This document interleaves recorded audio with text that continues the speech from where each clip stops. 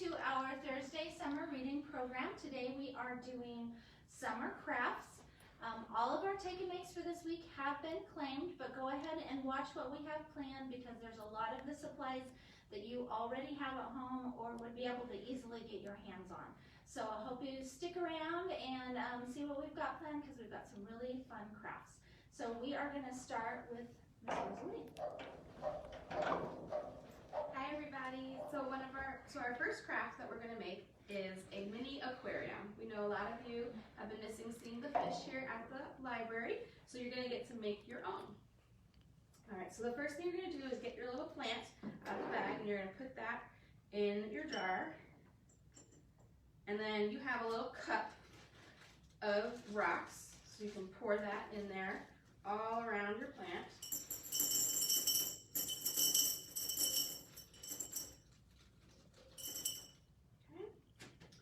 And then next you're going to tie, I already tied mine, there is a very thin clear piece of fishing line and you're going to tie it around your fish so your fish can swim around in there. And I'm going to see kind of how far down do I want my fish to swim. So I might need to shorten my string a little bit and I'm going to tape it, see that comes apart, to the inside of my lid. Just a piece of tape. I'm using duct tape, but really, I think any kind of tape will work fine. Okay. So now your fish, you can see, is going to swim in the aquarium. And the last thing you're going to do is put about a cup of water. So I've got a little measuring cup. I'm going to pour my water in my jar. A little more water.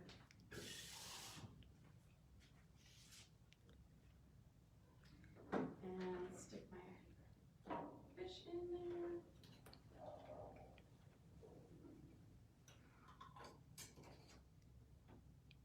Alright, and then you can see I have my own little aquarium.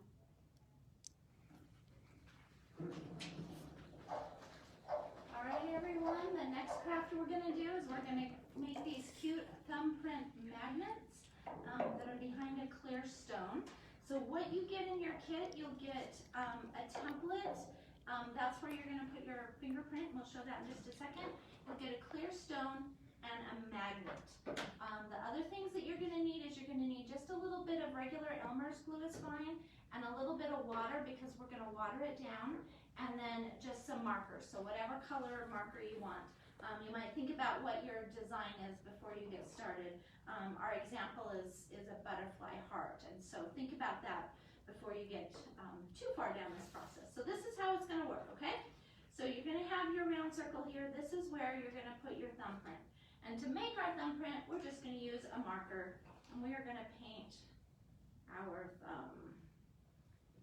Get some pretty good on there.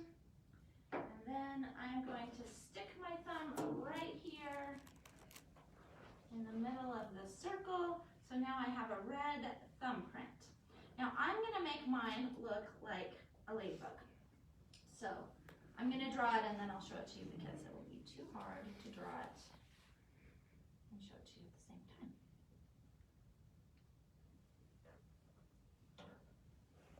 Alright, so you can see that now I have my little red thumbprint, and then I used a marker to put in the details. Now, the key to this is that you need to let this dry. If you don't, then your glue is going to smear your picture. So, because I don't want you to have to sit here and wait while that dries, we are going to use the one that Miss Rosalie did on the other side that we now know is dry. Alright, so to glue it, we're just going to put just a little bit of glue in our container here. Doesn't need to be a whole lot. We're going to add a little, just a little drop or so. Now, I forgot to mention, you do get these cute little paintbrushes. We're going to mix that up, and what you're doing is you're watering your glue down so that it is a little bit clearer, a little bit thinner, and we are going to paint that onto the back side of the rock, so the flat side of the rock. Get it on there pretty good. And then we're going to stick that right on top, okay? Now you'll see that that line of the circle is a little bit bigger, so that's gonna be kind of where you're gonna cut out. I'm not gonna do it right now because it's not quite dry, but once this dries, you're gonna cut around that edge so that you have it like this, so that it's just the picture inside there. And again, once it's dry as well, you're going to glue this to the back, okay? So that, I think, is all you need to know. So, all right, we're gonna move on to Miss Suzanne. Hi everyone, so today we're going to make some flowers using a cork and some paints. So you can make as many as you want. In your kit you're getting enough stuff to make 3 flowers. You'll get a template, a cork, some straws, paint, and buttons. So what you're going to want to do is you can either go ahead and paint on your template and then cut them out, or what I did is I went ahead and cut my flower out and then I'm going to do the paint. So I take one end of my cork, just lightly dab it in the paint, and you can do a little test on an extra piece of paper or on paper plate or whatever you want. And you're just going to kind of dab the paint into the petals of the flower. Flip it over and you can get 2 colored paints. And the fun thing is that we gave you yellow and red paint, but you can also swirl those together and you'll end up with orange paint. Okay, so while that's drying, you're going to take a little dab of glue, put that in the center, and then pick out one of your buttons and put that in the center as well, on top of the glue.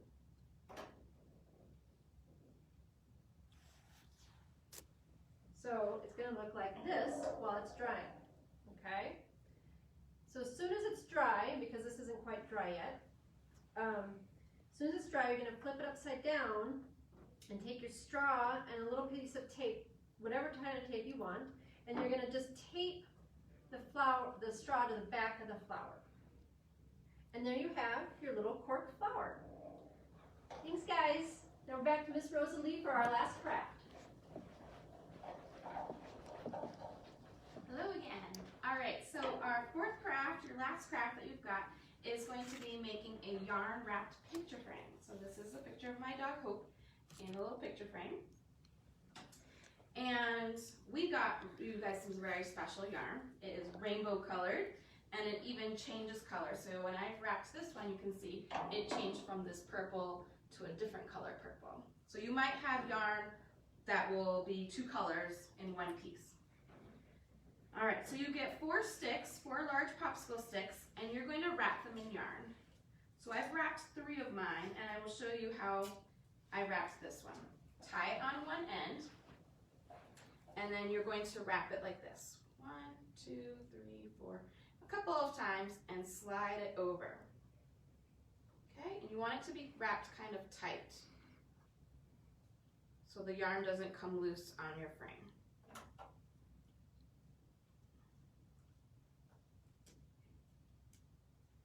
And then, when you are done with the wrapping, you will tie that end of yarn onto the string, or onto the stick. So this can get a little tricky because you want it to tie and stay tight. So you might need a grown-up's help for that. But I kind of made a loop, put my string through it, and pull tight. So now that all of my sticks are done being tied, I'm going to just trim off the yarn so it's not hanging long.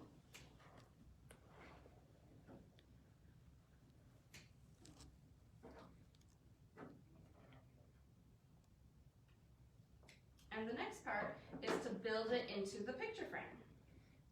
So I'm going to take 2 of the sticks and lay them down.